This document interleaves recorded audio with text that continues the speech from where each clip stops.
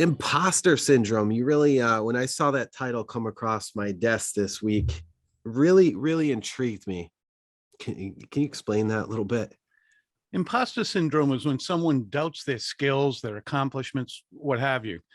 And it's a persistent, and I mean persistent, fear of being exposed as a fraud. So they're constantly dealing with that. What if, even with all my accomplishments, people see that I'm not worthy of this? And it's their own self-doubt, not really an external doubt that they're seeing and that they're dealing with. And that's unfortunate. And I know from experience, because my first company, when I left the corporate world, the first company I started was a publishing company. I didn't know how to turn on a PC, a computer. This was 1990 when this was all becoming desktop and the like. Yeah. I didn't know how to do it. And my wife, who's brilliant, said, "What do you know about publishing?" To which I said, "Nothing, but I'll make it work." And 15 years later, we sold that company. Wow. So it's that doubt that you deal with.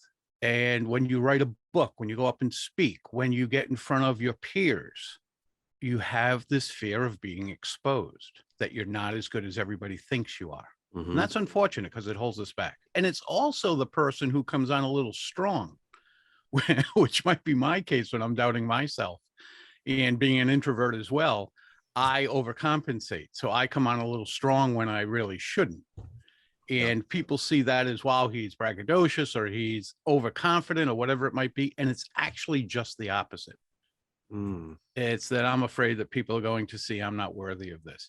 And right now I'm writing a book, and let me tell you, in the back of my mind, every morning when I sit down to write is, what if my peers don't think this is accurate, don't think it's good enough, don't think it's telling the whole truth? That's always there. We all question things we do every single day. And that's just part of the human element. No one wakes up perfect. Right. And a lot of people, if they deal with that, will move along better through this world and this life. I believe that when you start breaking the silence, tell people that, you have this fear of being found out. And the people who care, whether it's a significant other, coworker, whomever, will say to you, you have the talent. You can do this. You are going to make mistakes. No, you're not the greatest in the world. No one is. So that helps when you start talking about it. Well, perfectionism, it's a great way to stall what you're doing. And I deal with that as well. I got that from my dad. And I got a lot of talents from my dad, who was my hero, and he died when I was 30. But this is one I wish I had never gotten from him. And perfectionism will just stall what you're doing. Let's go back to me writing my book. I try to make it perfect. And the worst way to write a book is to edit it while you're writing it. Yep. Just dump everything down, go.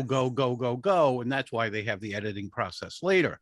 I don't do that. I edit it while I write it. And the worst thing you could do is write it in the form that the book is going to be, as opposed to like Word or whatever, and just go page after page after page.